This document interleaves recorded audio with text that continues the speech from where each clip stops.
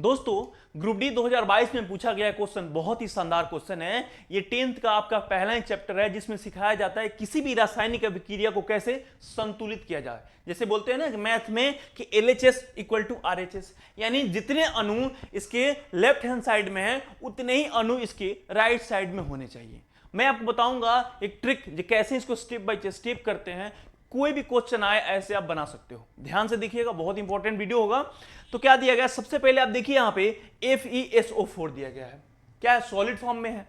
अब हम देखेंगे यहाँ पे Fe के कितने अणु हैं, तो एक, लेकिन यहाँ पे कितने अणु हैं, दो। और यहाँ पे उसके बाद सल्फर एस आता है, तो इस सल्फर के यहाँ पे कितने अणु हैं, एक। लेकिन अगर वही राइट साइड में आइएगा तो कहां पे, यहां पे सल्फर SO2 में एक सल्फर यहां पे है और SO3 में एक सल्फर, यानी सल्फर कितना हो गया, दो।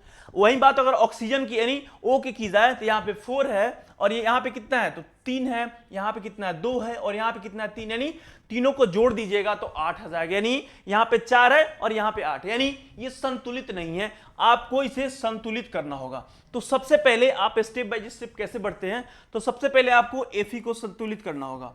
सबसे पहला स्टेप वही होता है कि जो पहला है उसे आप संतुलित कर दीजिए। तो कितना है, तो 2 है, तब इसे क्या कर देंगे, तो 2FeSO4। अब जैसे ही हमने 2FeSO4 किया, Fe तो संतुलित हो गया। अब देखिए यहां पे जैसे उसके बाद हम आएंगे S पे। S कितना है, S यहां पे अब हो गया 2। जैसे हमने 2 लिखा, यहां पे कितना आ गया, तो 2 आ गया। और सल्फर यहां पे कितना, एक सल्फर यहां पे है और एक यहां पे, यानी ये भी संतुलित हो गया। ठीक है, अब उसके बाद हम आ जाएंगे O पे। O4 यानी कितना है, तो 4 है और उसके बाद हमने 2 किया है, तो 4 दूना कितना हो जाता दोस्त, 8 हो जाता है। तो ये 8 हो गया। अब हम देखेंगे इधर कितना है, तो इसमें है O3 यानी 3 है, यहां पे 2 है और यहां पे 3 यानी 8, यानी ये भी संतुलित हो गया। अब संतुलित हो गया, लिखेंगे कैसे हम इसको, हम इसको लिख सकते हैं अब 2FeSO4। अब इसको कैसे लिख सकते हैं, यहां पे कितना देंगे, ये संतुलित हो गया है, यहां पे हम 1 लिख देंगे, यानी 1Fe2O3 प्लस में R की जगह पे कितना लिख सकते हैं, संतुलित है ऑलरेडी यहां पे, तो 1 लिख सकते हैं हम SO2। उसके बाद क्या लिख सकते हैं, ये भी संतुलित हो गया है, यानी 1 लिख सकते हैं SO3।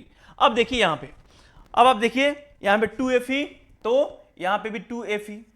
ऑक्सीजन कितना हो गया, ऑक्सीजन सॉरी, उसके बाद सल्फर की बारी आई, तो सल्फर हमारे पास यहाँ पे लेफ्ट हैंड साइड में 2 है और यहाँ पे भी देखिएगा सल्फर कितना हो गया, एक सल्फर यहाँ पे और एक सल्फर यहाँ पे, यानी सल्फर 2 हो गया।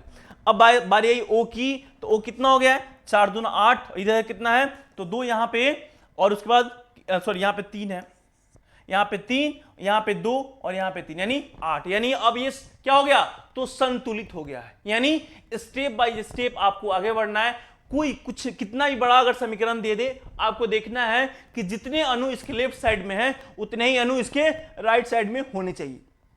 ये संतुलित हो जाता है, तो क्या आंसर होगा, यानी ऑप्शन ए 2 1 1 1। यानी हम P की जगह पे कितना, 2 लिख सकते हैं, Q की जगह पे 1, R की जगह पे 1 और S की जगह पे भी 1 लिख सकते हैं। अगर ये वीडियो आपको अच्छा लगा हो, चैनल को सब्सक्राइब करते जाना है, वीडियो को लाइक कीजिए और हाँ, ऐसे वीडियो मैं आपके लिए लेकर आऊंगा। तो फिर मिलूंगा मैं अगले वीडियो में, तब तक के लिए जय हिंद।